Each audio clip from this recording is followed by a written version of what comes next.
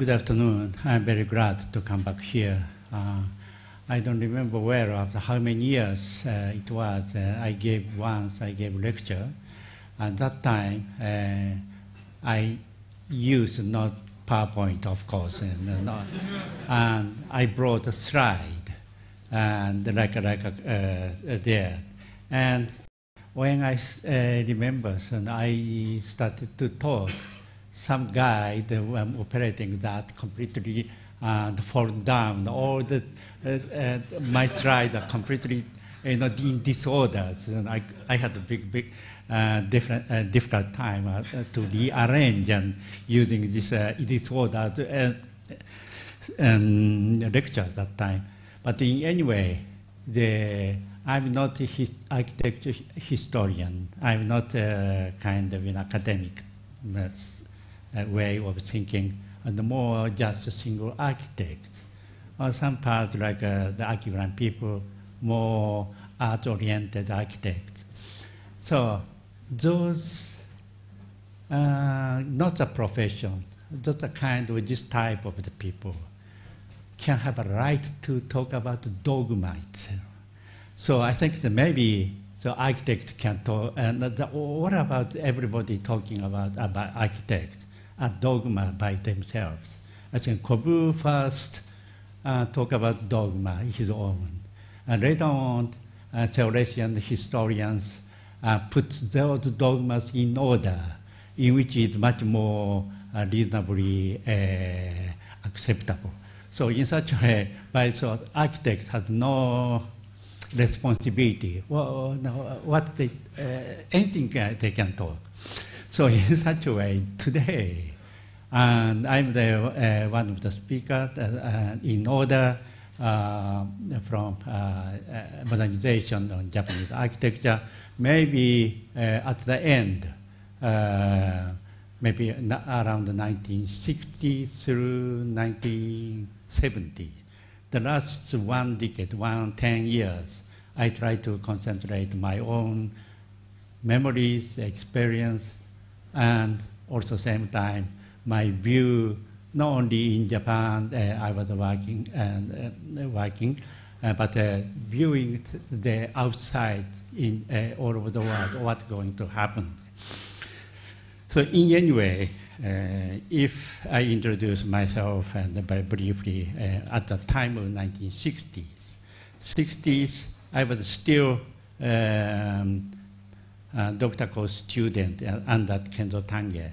So, but until that time, almost 5 years, 6 years, in his studio as a pupil, and I worked for Kenzo Tange many projects, including Kagawa Prefecture and some very early part of Olympic. In anyway, 1960s was very important year for Japanese contemporary architect, which year was organized for Japan, probably the first international design kind of conference. And this conference, of course, there are many masters or visit to Japan, but all the masters like Kobu, Mies, and Wright, they had, Mies I don't know, they have been once in Japan, but on the 60s, next generation like Louis Kahn and Peter Smithsons, and of course many other that generations architects came to Japan have a talk. And at that time, very young architect who just graduated university mostly tried to participate in this conference. And one of the group, they created a kind of group, one group called Metabolism. And this Metabolism group made a kind of series of drawings and sketches and binded it But probably there are not really a chance to present this formally of this project to the major masters. So just so they distribute this piece one by one to hand to all those masters. That was the beginning of Metabolist. And I was the same generation. Of course, at the beginning, I was asked to be, but at that time, I was more working for Kenzo Tange's office, many projects, and so I maybe skipped very first project, and group. I skipped out from this group as an activity, but automatically 2-3 years after. And I was invited to exhibitions, co-exhibitions, and so on. Those will be shown later. But in any way, 1960, these images, and of course, everybody knows, famous Tokyo Bay plan of 1960s.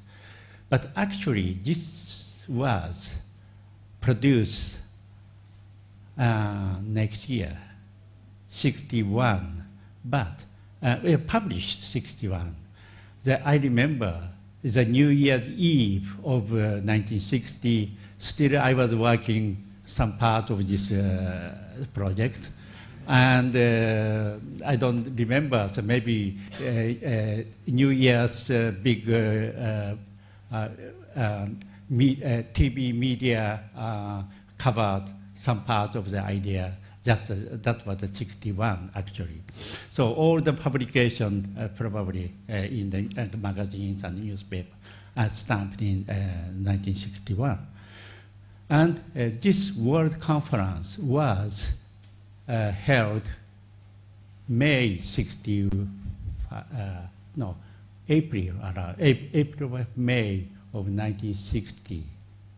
And June 60 in Japan was another way, very politically important month. But it was design conference 1 month before, so it was okay, quiet. But if this is after June or so on, maybe this conference will have another type of big trouble might happen. But in that time, after we had the same time, the working of the futuristic idea of working on this kind of thing. Also, same time, every day I went to demonstration to the parliament, before the parliament, and fighting with the police and so on, so on. Very politicalized period at that time. And so the major talk, major interest among the architects, artists, and so on, are more political, no more than, not like, half the utopia, so on. All the ideas was done before. But some tragedy happened by one young girl, a student. She was killed at that time. And it was a kind of America-Japan security alliance kind of thing. And so it was more about, it started a relation, America and Japan, same, continue to until this moment. And in any way, after everything finished, after the summer, very calm day, and they have come up, and we started to produce some, to study another one project after the World Conference, at the same time, another direction of our works. And at the time, Kenzo Tange was my professor, teacher, and also same time in his office as a kind of laboratory or studio in Tokyo University. There were another guy, Kamiya and Kurokawa and myself, and those three mainly worked on this project. And Kenzo Tange's way of working is quite special. He is not doing by himself every lines and asking those staffs, you must develop this, you can develop this, and so on, so. And he controlled, supervised, but not left the details, let them do. So this is the way always Kenzo Tange did this kind. And for example, for this project, Kenzo Tange, he gave us one lines, only diagonal lines, starting from Imperial Palace to the 45 degree angle directed east, south directions. Only one line. He never gave us another ideas. Only one line. You have to work on it. And so we talked. Okay, Kurokawa, you were working. You have some idea for the transportation. Why not here, Kurokawa? You must have a kind of so-called cycle transportation systems. That was his product. And Kamiya, he's another type, architect. You better have developed the housing part. And myself, I was asked to, on the spine, some office building, much more public buildings and those on. All the building type on the spine. So three worked, maybe 3 months, 4 months, and finally this model came up at the very end of that year. But at the same time, the Metabolist Group, of course, and including Kikutake and Otaka from Maekawa's office, and Maki, and those are the name of the architect of the in the group of the metabolism. And this is the idea which Kikutake developed, called Ocean City. The floating, all the building floating on the ocean, on the water, like an island, floating island. And made a tower, and of course, later on, maybe Peter Cook may criticize of the plug-in, plug-on ideas already here. You know, he put on the cylinder and put those capsule element, and this idea had been developed many ways until around the 1970s. So this is Kikutake's idea. Sorry, this is upside down, like a Japanese interior photo.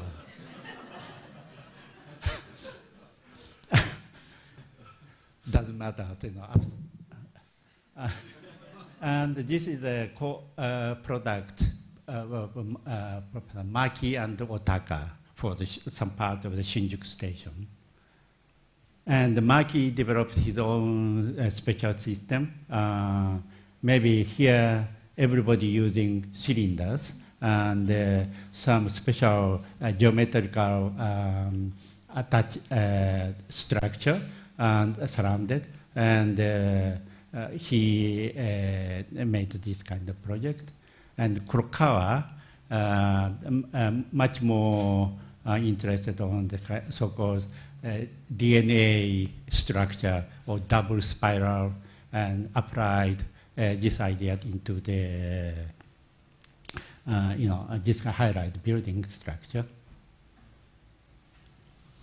And of course, always Kurokawa's idea is a kind of cycle or spiral circulation movement. And this is my project around that time, just 1960. At the time, I was working in Kento Tange's Tokyo Bay Plan. And the idea, maybe I explain more details. The idea is to build one cylinder at one point in the city, existing city, and to create some upper level, some another structure as a city. And so this drawing was found just recently when Professor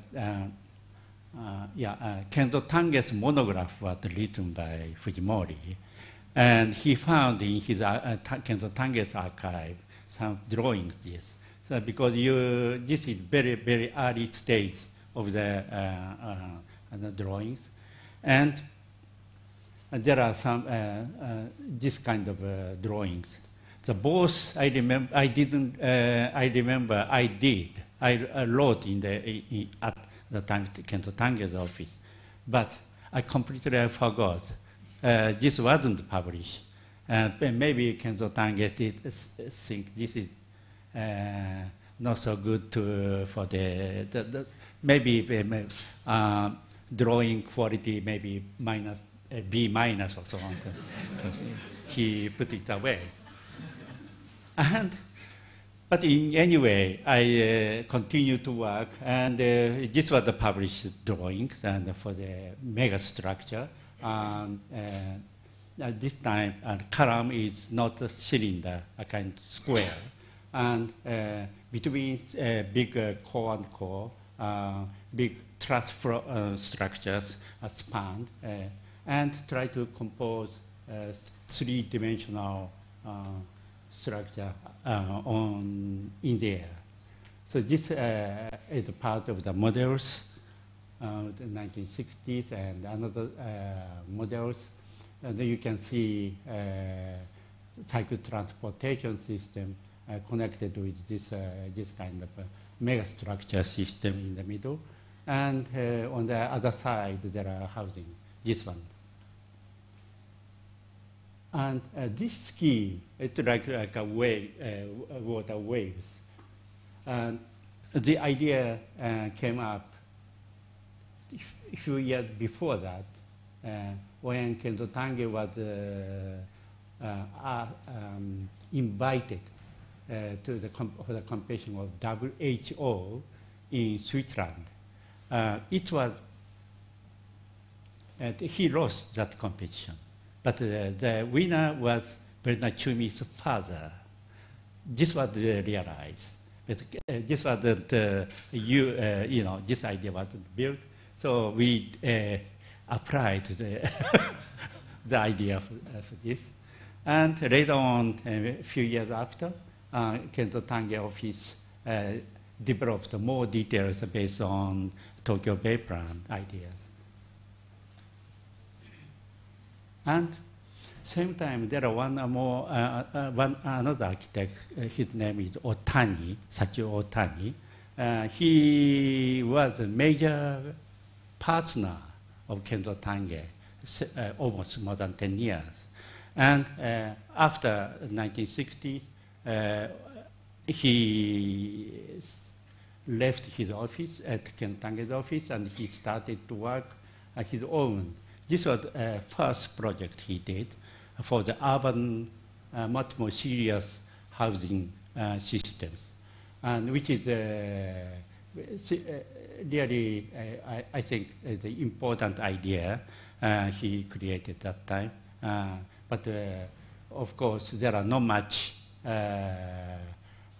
architectural regulation or the promoters' interest on this thing. 30 years after, around 1990, when I organized a kind of group, housing project in Fukuoka called Nexus 2. That time I invited Lem Kohlhaas and Stephen Hall and some other people. Lem's idea for the Fukuoka Nexus exactly same to this. So, you know, probably those ideas were already 30, 40 years before. Many experiments were, you know, done at that time. And this was the project 64, 65 for the competition to Yugoslavia, Skopje. This city was completely destroyed by earthquake, big earthquake. And United Nations organized competition, international invited competition. Kendo Tange was one of the invited candidate, and his team won. And that time, I was a kind of, I think, the project architect for this project. So I remember where and every detail. So you can find this 5 years after project for Skopje is very much development as of the idea of Tokyo Bay plan of 1960s. And cylinders with diagonal mega frames with a mega structure in the middle and so on. Even though we won the competitions, and this wasn't built, very easily only the master plan and the zoning ideas was approved, but those built ideas or images never be accepted. So it's just an unbuilt project. And same time, exactly same time, 1963-4, I found these drawings from some publications, but I didn't know who did it. And this was also another publication that time, and Archigram's major, early major project, looks like built project. And 1970, in Osaka, we had a kind of big exhibitions at World Expo. And major tower, which was designed by Kikutake, was exactly same to this. So Peter, you must be very proud of your ancestor. Your idea realized in Osaka. And the last 40 years, or 30 years, more than 30 years. And just last year, the government decided it's very, very difficult to maintain because of the details are leaking and parts are leaking and not really to repaint everywhere. This is very expensive. They said better to destroy, and it finished this. And of course, another young generation group from Austria, Vienna, Hans Hollein published these images, and again, another way, our generation, I found going, producing similar direction, but a different manner, different images, but all are going on similar direction. So we try to we had to look at all the publications. At the same time, I try to contact, but Tokyo was far away. No idea to how to approach to those guys who are producing is quite interesting thing. And the encounter of those people are later on. And of course, well known, shown at the Design Museum at this moment.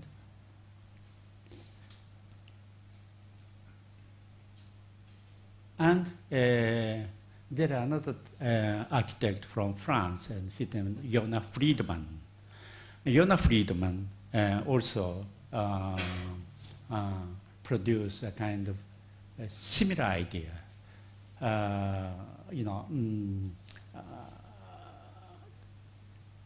Course, vertical course, space frame between, and but he worked quite alone. So his project not much publications and published, and also same time not much known. And 1963 around, and I made this after the drawing which we worked at around the beginning of 1960. I made this drawing, and on the existing city, maybe we could build some another type of the city, which it had no connection to the existing. And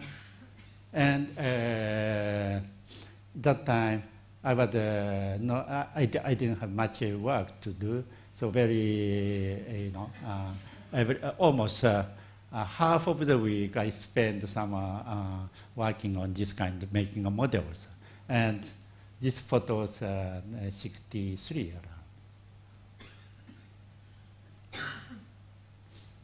And 62, and Metabolist Group and myself, and Kento Tange and other people, Otani and myself, are all invited to one exhibition called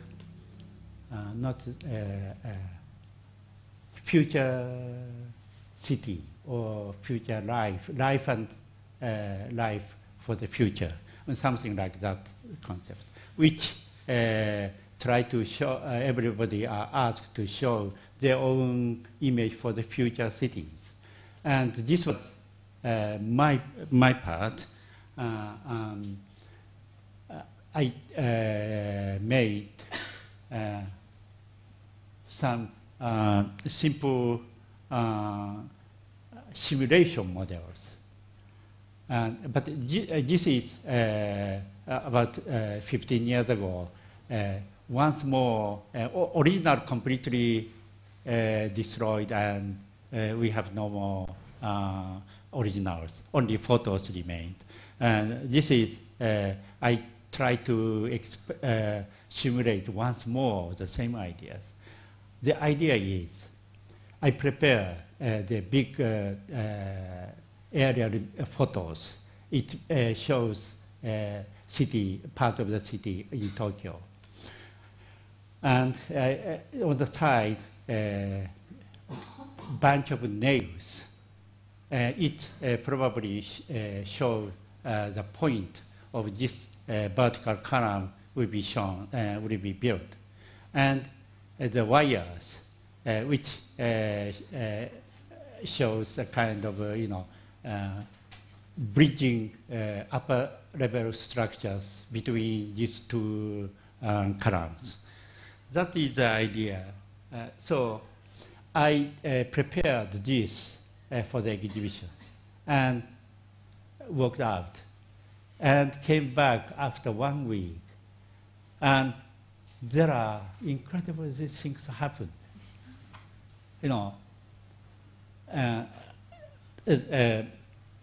I think city today cannot design by single architect, by single group. That means single subject as designers cannot do everything. Many others, many peoples, different architects, different subject and different people. They have their own ideas. They must come in same place. So building designed by, not by controlled, by single fascistic system, but everybody can do differently. So the idea, my idea is visitors can put nail any place they can, they like, and one by one coming this way. And the last days, I went to the plasters and sprayed on top. It was the ashes. And maybe so later on, I like to talk about the ruins of the city. So I try to those cities ruined.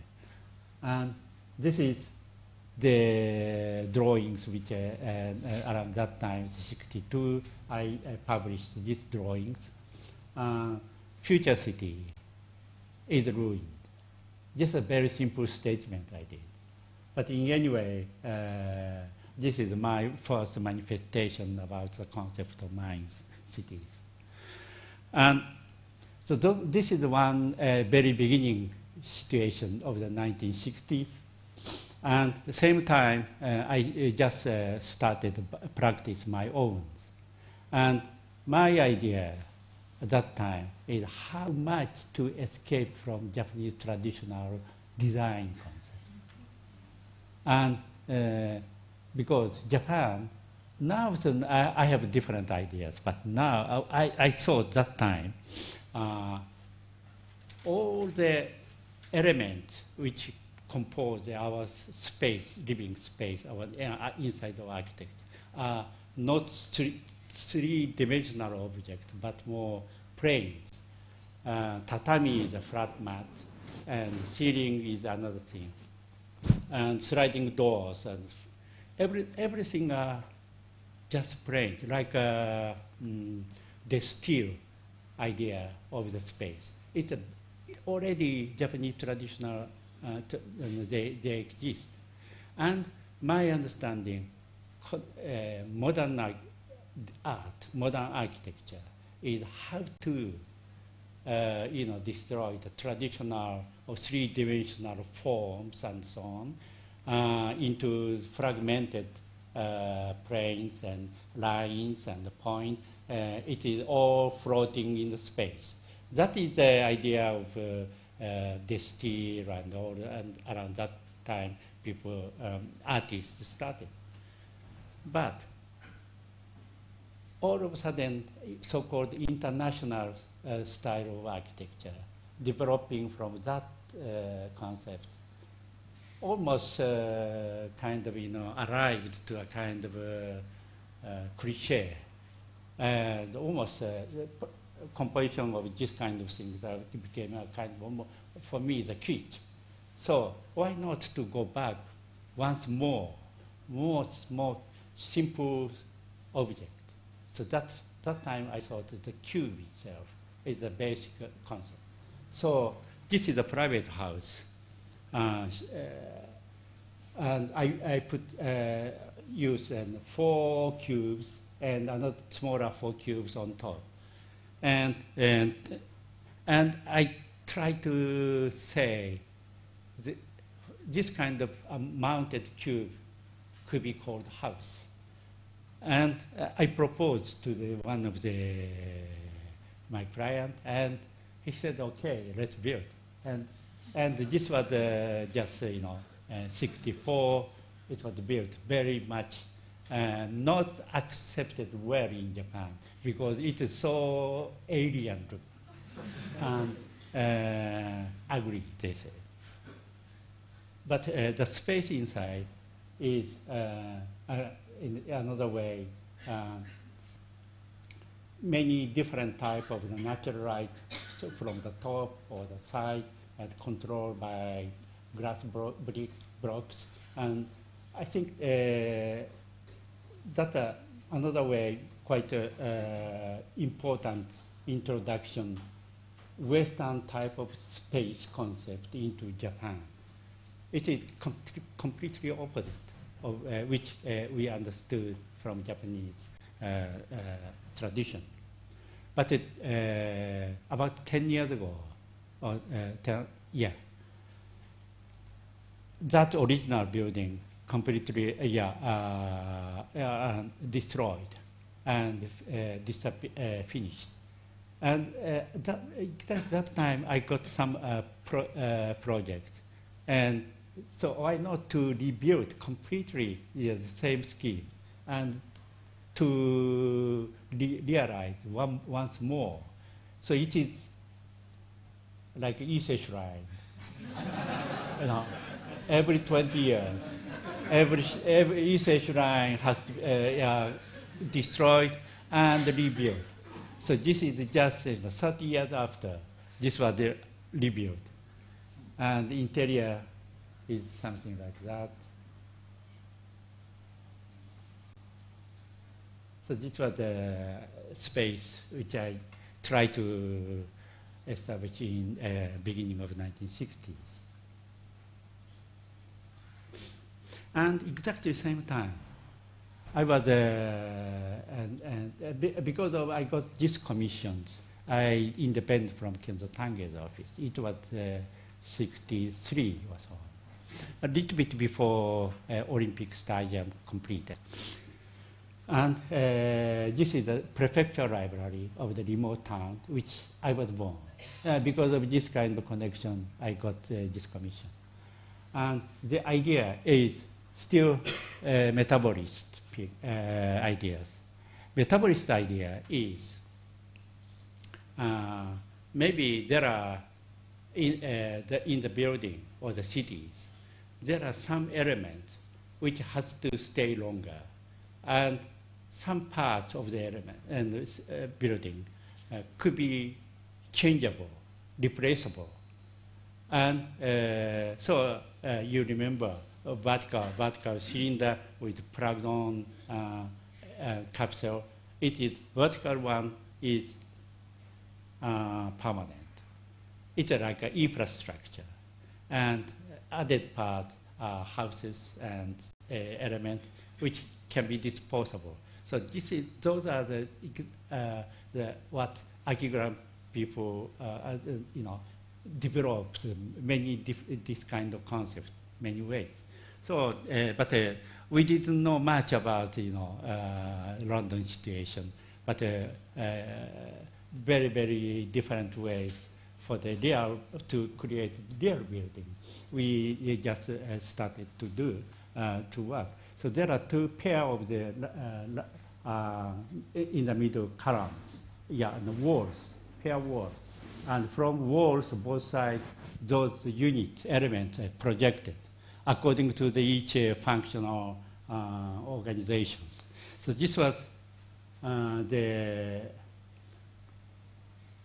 1960s idea, and that shot was 1966, and this is of course the same building, same element, but just 10 years ago, I had to renovate by myself because of after the big earthquake we had last 20, 30 years, and building code for earthquake changed. We have to add more seismic elements for the building.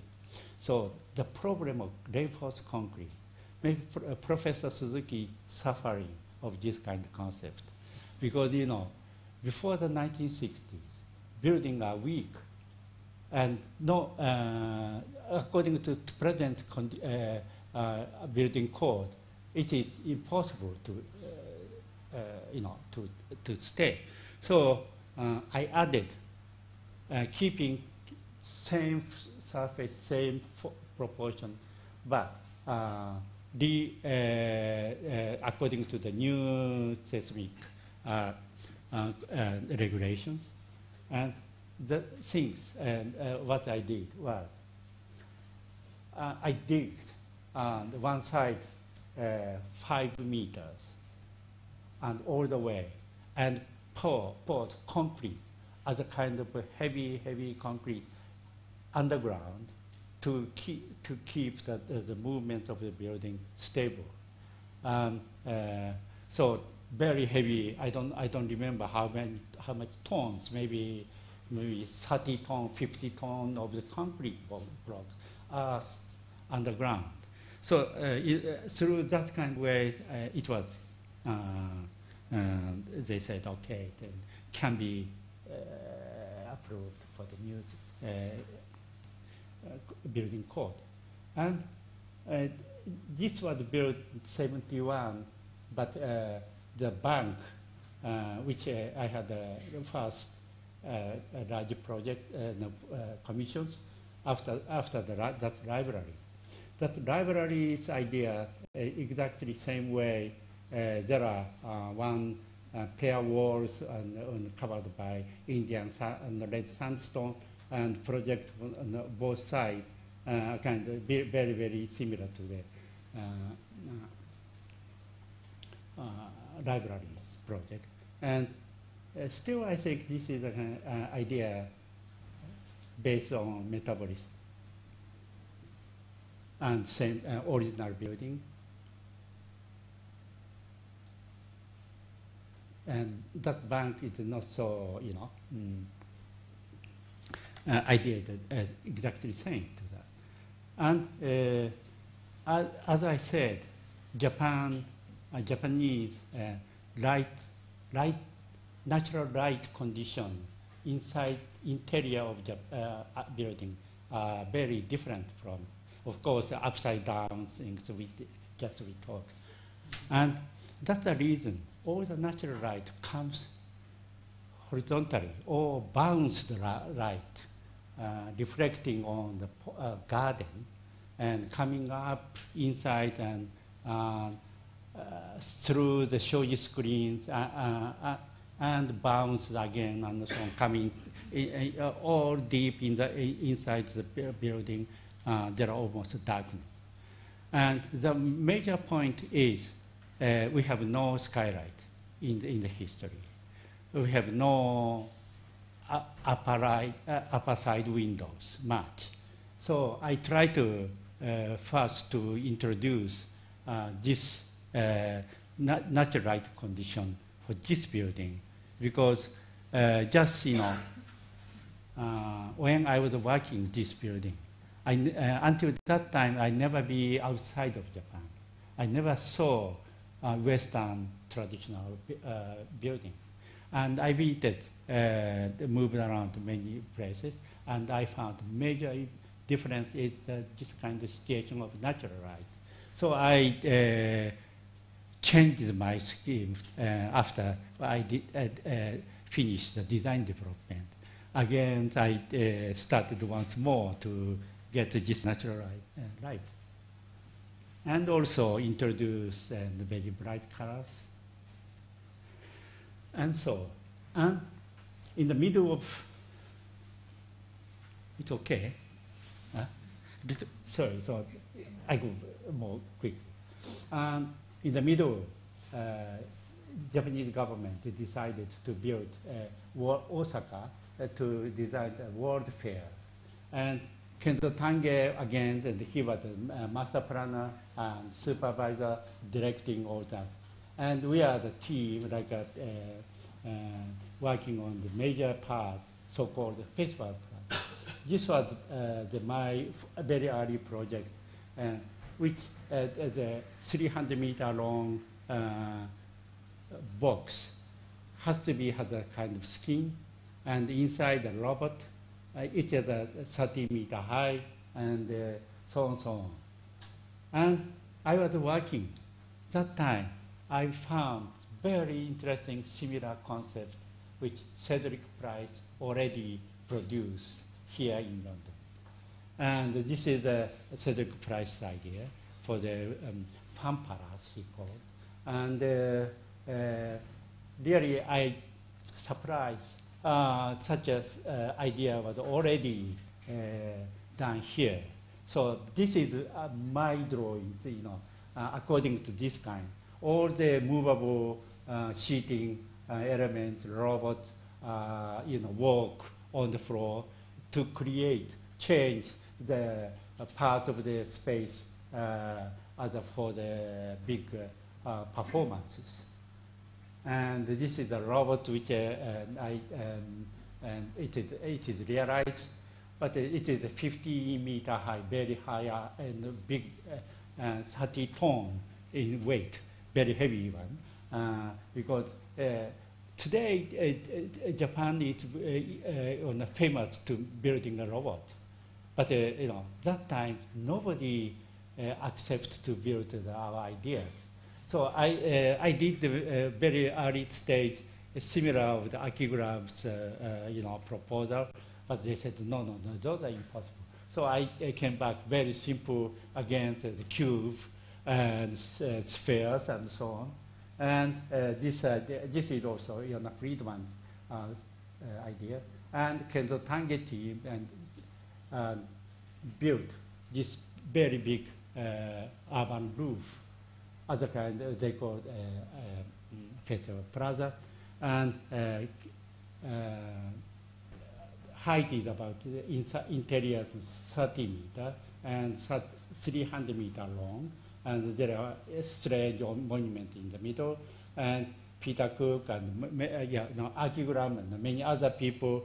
Dennis was there, for all the exhibitions was inside the roof. It was done.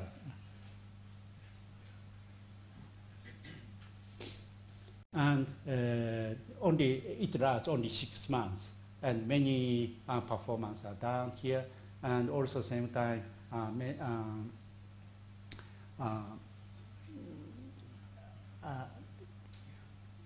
test of different type of the mechanical for the performance, like using completely computer system, moving sound and moving light, and all kind of things are happening. And later on, and I have the other group from Italy. They are working more about non-stop city or idea or so on, and Brandy, and so on. And this is another way I did some similar concept for future city with. And go back to 68. This is this 68 Triennale in Milano when it was open, and exact the same time it was occupied by students. And this is one of the steps in the Triennale building. And they had a meeting protesting, and so on, so on. And at that time, I was the first. This was my first project outside Japan.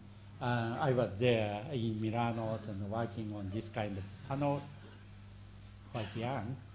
And that time, so the two guys here. Exactly same time, and this is my photos at the time of the Triennale. And Aldo van Eyck, he was there also. And so my idea was, of course, Archigram idea is shown in the design museum at the moment, you can see. And my idea was this kind of, again, the moving, rotating panels. And this, all those materials completely destroyed.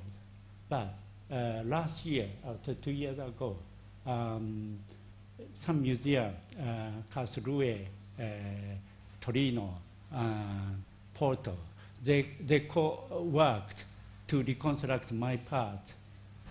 This was the product produced recently, and that time I selected many images with ghosts and atomic bombs, dead bodies, and some many photographs and so on, and projections.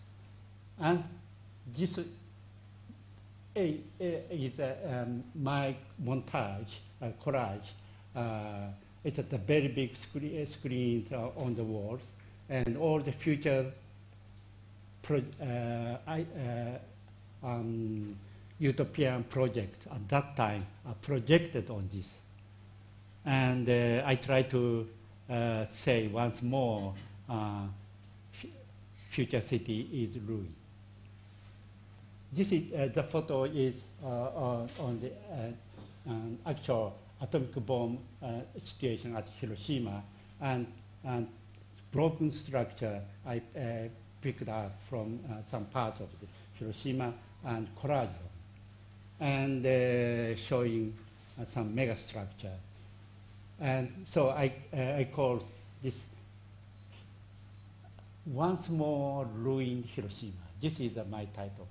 Thank you.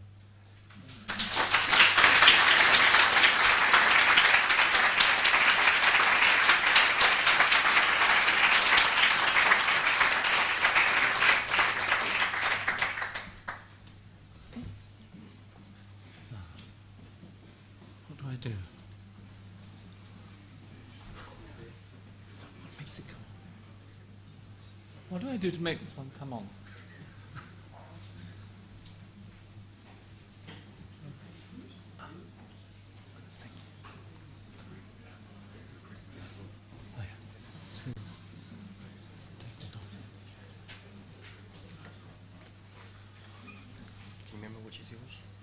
Yes, mine is the one that just says Japan. Yeah. So.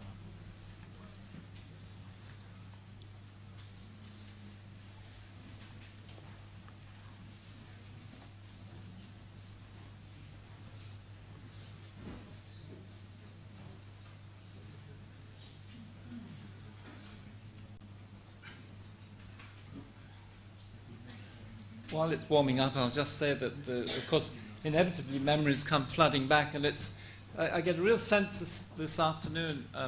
Not only do I remember the famous event when the slide carousel collapsed, and I think Alvin and I anyhow were hosts of that particular event, and if you're the host of your friend and your visitor, you sort of wince with them and you think, my God, will they ever come back again? And it's sort of thing that happens rather more frequently than we would like to admit. Yes, when we go to Japan, of course, it was with all this background, as Arata has said, and in fact it was Arata who not only brought me to Japan, but many, many other people, not only the people like Hans Hollein and so on that he has mentioned, Jim Sterling, but people of many generations. And I think I want to make that very clear, that he has been a wonderful sort of, dare I suggest it, entrepreneur and link man between Japan and the outside world. What he may only realize slightly is what a tremendous effect it's had on us. That I think there are two places for my consciousness that really, when I got there, I felt as if I should have been there all the time. One is Tokyo and Kyoto, and the other is Los Angeles. I won't bang on about Los Angeles today, but because the thing that it also, you take yourself with you, and you encounter the other person with you, so that it was great for Izzo and I to spend probably sort of 3 or 4 days out of every week together going around in the rain. It's a wet winter, seeing all the stuff that was in Gebhard's book, virtually everything in there. And you get to know somebody through your joint agreements or disagreements or wry comments or jokes that you make about a third party's architecture. That's interesting. Because the other thing that happened to me personally was that when I got to Japan, it coincided, I suppose, with the sort of beginning of another stream of one's own interest, not only in sort of archigrammic or post-archigrammic work, but the sort of veggie end, the soft end. And one of the things I found myself dwelling upon and contriving on subsequent visits to Japan to go to was to look, strangely enough, not just at the tiki-taki and the kikutaki tiki-taki, but the limpid, what I call the limpid pool syndrome. the thing that one I can't even remember which particular palace garden this is, but I'm sure there are 100 people in the room who do know. But the limpid pool syndrome and that existence of the very special object that is there in the same kind of theatricality, dare one suggest, that one gets at places like Stourhead. And in fact, in earlier lectures, I very often have drawn analogies between Rasham or Stourhead and some of the Japanese gardens on small or larger scale. That one sensed immediately when you got to Japan that there was more than met the eye. Not only do we live in damp islands moored off the coast of the major continent from which we, of course, derive the origins of our culture, but our perverse small damp islands driving on the left, where the thing that we really enjoy to do is to pervert that culture. I think that Japanese culture is much more, seems to me, infinitely more idiosyncratic and curious and bitchy and wispy and witty and naughty, in the same way that, you know, you could say the English characteristic distinguishes itself from the French or German main European thrusts, that we take those philosophies or those architectural ideas from the mainland, and we get very quickly bored with them and start doing something silly. And the other analogies I draw is in having had many Japanese students who've become friends and friends who've become friends and so on, that they also enjoy a giggle in the same way that we do here. That the thing that the Japanese really, you know, we both come from these very old established cultures, you know. From the outside, we're very steady, and it's long culture, and it's sort of polite. If you know us, we're not polite at all, neither the English or the Japanese. We love toys, we love silly things, we love pissing about, we love gossip, we love making fun. And so you go to Tokyo, and it was as if it was waiting there, that Archigram should have come out of Tokyo. There's more than meets the eye to this. You take yourself with you, but you also take your own particular take on culture with you. And what is culture if not to be taken with you? Now, this is, I forget which magazine, probably SD, at the long-lamented SD magazine.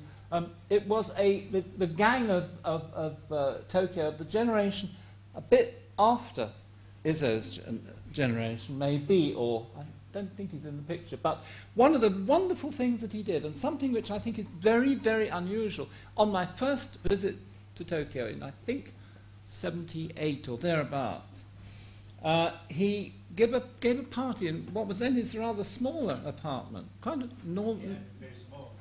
Yeah, small apartment, and there he was, and he said, I've invited a few people round who you ought to get to know, and they were all architects younger than him, but not a lot younger. And that's very interesting, because it's been my subsequent experience going around the world that you can have a grand architect or an up-and-coming architect or whoever is your host, and they may introduce you to people who are much older and famous, or people who are much younger and therefore no threat to themselves. But what he did was interesting, was he knew that these guys had talent. And in one fell swoop, and he did the same thing a year and a half later when Christine Hawley and I visited, and he again invited the same crew. And it was no less than Ito, Hasegawa, Sakamoto, I think. I can't remember the whole gang, but half of the people on that picture there. The other thing, of course, is one's view that an architectural culture, unless you're a very special kind of person who can sit on the top of a mountain or in a sort of outback university somewhere or by a limpid pool, but for most of us, we are as good as those with whom we are consciously competing.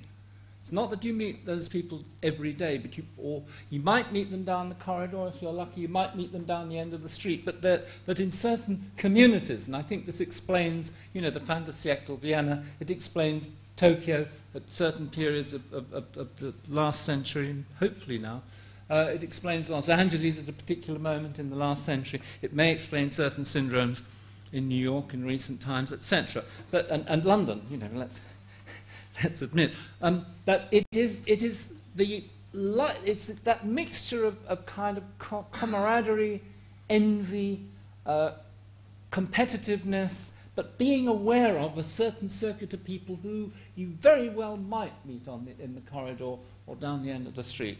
Certain cities have a buzz, And certainly Tokyo had that buzz. And so it was a double thing. It was not only the physicality of the culture, but it was the buzz of those people who have subsequently gone on to be one's friends of a close generation. And Iso did that, and he has repeatedly done that with I think, tremendous modesty and generosity. And one hopes that one has done the same in reverse.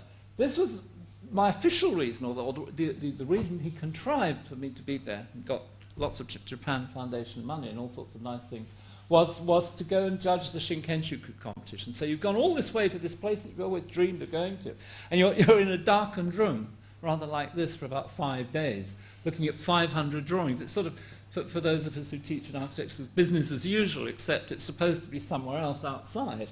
And so you go to it, and in the end, I think slightly it could even have been to his irritation, rather than giving me the first prize to one of the many non-Japanese, I gave it to some mysterious Japanese guys called Takasu and Takasaki.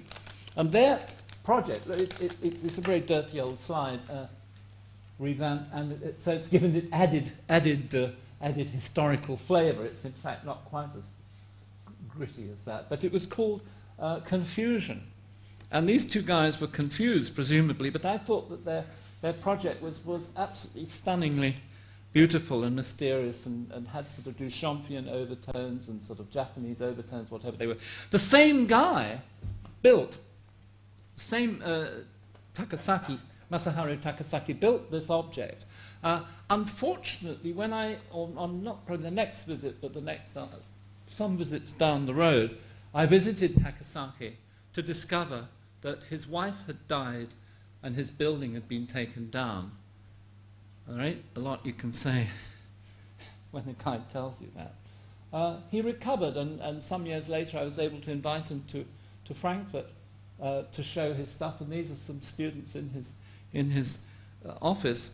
And in fact, I think that it was, you know, and here is Takasaki in his crazy office. Now, of course, this is not the only crazy office in Japan. What, in fact, one has discovered is that the majority of offices in Japan are very tight for space. And somehow that's part, I mean, in a way that seems to me, as an old sort of slobberer around, part of the creativity. That if I have noticed that I have visited sometimes around the world some extremely large and elegant and well-disposed offices, and there might be a bit of energy going on in the corner there, and a bit of energy, but the rest is sort of bullshit, or you know, aren't we getting famous? We've got such a big office syndrome. Whereas this is great. It's full of, it's coming down, breathing onto your head, and there's another piquant occasion. There is the young Christine Hawley and the young Arata Isozaki looking at a pile of books. I'm not quite sure why they're looking at a pile of books, and sort of out of the corner I'm taking the photograph and looking at what is, by the standards of the day, an extremely luxurious Japanese office, namely Iso's when he got a couple of large jobs on the go, I suspect. But still, actually, by our standards today, pretty pokey and pretty... I mean, it's amusing that we were sitting yesterday in the recreated Archigram office in the exhibition, and remembering what offices were like. Another thing is the friendliness of many Japanese architects. Toyo Ito welcoming myself with about, off the picture, about 35 students who've come in from Europe. And he's not in his nightshirt, actually, that is the fashion item. But he's welcoming us for breakfast. And so then suddenly something like the Silver Hut becomes not one of those things you see in a glossy magazine. It's actually a place with a bloke in it who has a bathroom that you use and some biscuits. You know, it's suddenly the whole thing changes its mannerism. And I have to thank Arata again for this connection. This is my wife in the foreground, and a certain Mr. Takamatsu. One, of course, the other excuses for the interchange with Japan is particularly at this particular restaurant, the absolutely stunning diet that you come back from Japan vowing never to go near a pudding again. You know, it lasts about 3 days, but vowing never to go near spaghetti bolognese or steak and kidney or fish and chips again. Now, what is intriguing, and why I put this slide in, is of course there is that same Shin Takamatsu with his moustache and this extremely elegant version of a traditional Japanese meal. There is tradition. We are in a traditional room. We are eating on traditional plates and so on, and we are going through the very, very traditional situation. And yet the same guy does things like that. And to what extent is there a Japaneseness about this? To what extent is the placement of those little dentals and those little recreated Otto Wagner little points there, to what extent is that also the same tradition that suggests that a plate and the way in which a piece of fish is placed upon a certain moment in the plate and the way in which the, etc., that happens on the table, is a certain sensibility. And I think Arata touched upon a very important aspect, which is this condition of light and the filtration of light. And that is something which one was ready for, I think, in a project that we took and exhibited at that second or third visit. Christine and I had done a project where we were interested in layers and meshes, but when one looked at it vis-a-vis Japan, one realized we were being extremely primitive and ploddy and plonky by comparison. Interestingly, the last group of, I think a Bartlett group went to Japan about 2 months ago and came back with tremendous interest and enthusiasm for Shin Takamatsu. And I thought nobody was talking about him anymore. So that's interesting. Are there these cycles of interest in a certain sort of overcooked architecture, if I may use such a term? Of course, if one goes to Japan, you meet people. One of our sort of favourite friends, I suppose, just as it's turned out, is Itsuka Hasegawa. And this, I believe, is where she lives, or certainly where she has lived. But we've never been asked in. That's intriguing, and that is, if I may say so, a particular character, apart from Arata, one of the few people to whom one has ever been in the kitchen and the toilets and sort of, I don't know about the bedroom, but certainly, into somebody's house, and that is very intriguing. And one of the things that still intrigues is that in still, although Arata has been one of the first people to advance the cause of women architects, not only in the group of houses that Christine and others took part in Gifu, but also it is to be remembered that he was, I think, the key judge in the peak competition, which was Zaha's big breakthrough. Though it was not built, it was certainly her international breakthrough, and was, I think, the key judge in this competition, which Itsuka Hasegawa won for probably the most weird building I've ever seen. Except when you look at the ground plan, it all works terribly well. You go in there, and there's no, unlike some rather more rationalist buildings I've been to, you can find the Genslu incredibly quickly. And were you going to get a library book or to make a radio recording, you can also do that extremely efficiently. The plan is very, very sensible. The object is, I suppose by today's standards, very unfashionable and certainly over the top. Except that what's interesting about Shonendai is that there wasn't any top to be over. It was probably, worse than Slough before it had this thing. And if one thinks of so that I think the concept of the landmark building that puts the place on the map has to be traced back, certainly including Shonendai and its metal trees. And in a way, even this is Hasegawa in her cooler moments. But what about Izo? I mean, he's done lots of stuff, some of which I don't like, a lot of which I do like, and I have favourites. And one of my real still favourites, I think this has got the same gremlin. I think this one is not upside down, but probably back to front. It's the PowerPoint syndrome. It seems to get to all of us. The old slide, where you were, white on one side and black on the other side, and stick it in the right way, and it still fell out the tray anyhow. But this is the golf club, which I think you took us down to Oita, your home territory, we went out to see this wonderful building.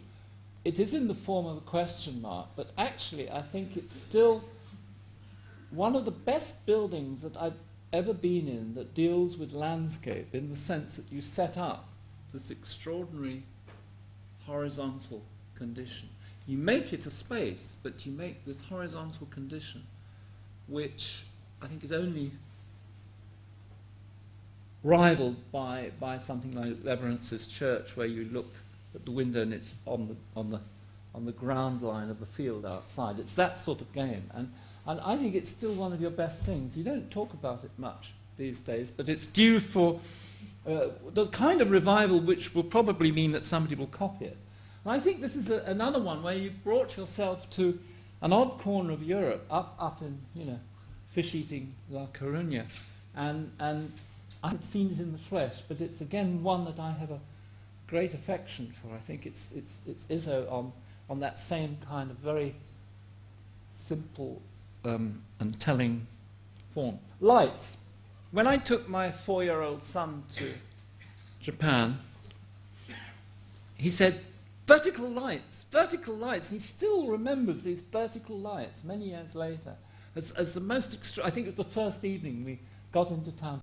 And there was all these vertical lights. It's absolutely fantastic. And I think that's something which, yes, of course, everywhere has got lights now. And if you go, it's somehow, yes, but the Japanese, because they know about the filtration of natural, I don't know what they, I mean, give me another hour, I'll bullshit my way through this issue, but it's something to do with knowing about the filtration of light. Somehow then it gives them something to base their electrics on. I can't quite put my finger on it.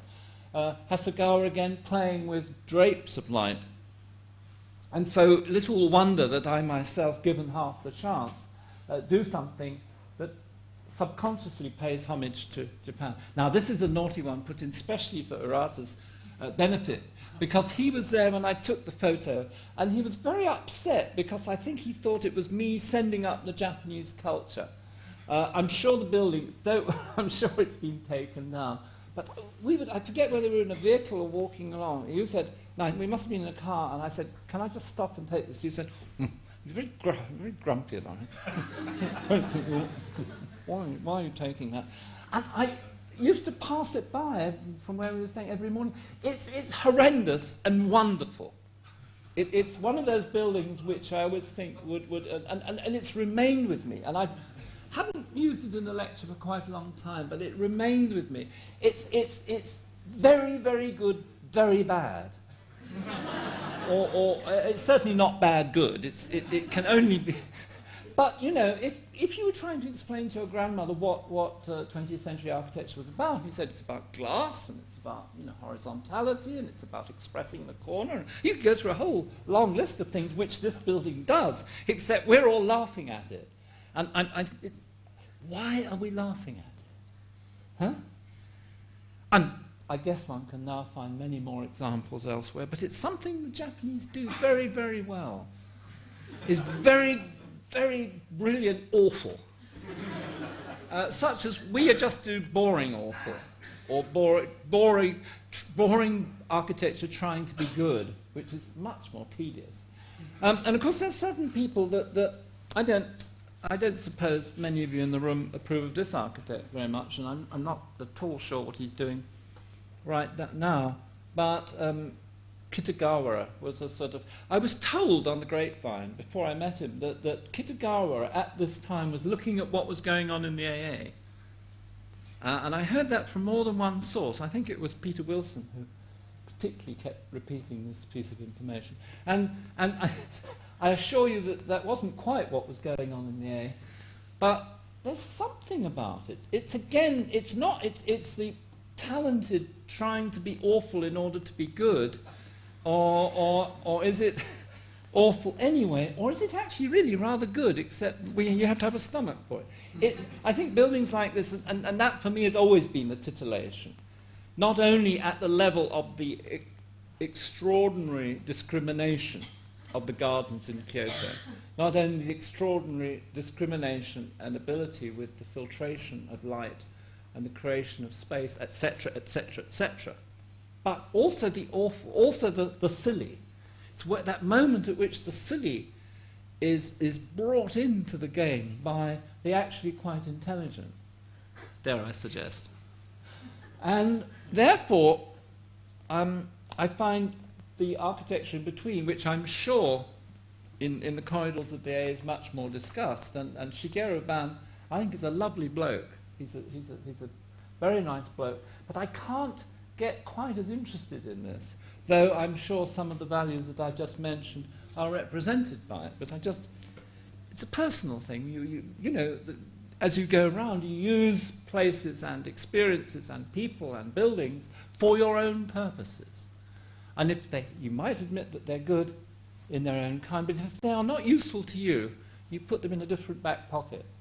And the same, in a way, with Mr. Jima, who is a much admired international architect, probably the most admired of the Japanese international architects. She is highly exportable, which, of course, if I want to be naughty, I would say, does that mean that she's less Japanese? Or does it mean that now Japanese architecture really has reached that interchangeability? Has it really reached that position in the international discussion or in the international processing of architecture, whereby you no longer have to say so-and-so is Japanese, but they're also good. No. No longer do you have to say that they're Japanese, therefore they're interesting. You simply say, this is a very world architect. Oh, by the way, yeah, she's Japanese, I think. Yes, kind of thing. Which is a staging in the process. And finally, back to Kyoto. I don't know whether this is a famous building or sideways, but it recalls a sort of serenity, which I have rather used less pictures in other lectures in the past. I've used far more pictures of silly things and buildings going on their side and electrics and so on and so on. I didn't feel that was appropriate for this evening. What I feel is that you take yourself with you, and one hopes that, I think Arata has been very, very generous in suggesting that so much was offered by this side. I think we were sucking more out of you than you've ever got out of the English scene. But it's lovely to have you back again. And the other speakers, who I think also between all of you have set such an air of authenticity that I don't know whether I'm thanking them on your behalf or London's behalf or Bloomsbury's behalf, but I think it's smashing to have this stuff here this afternoon, really.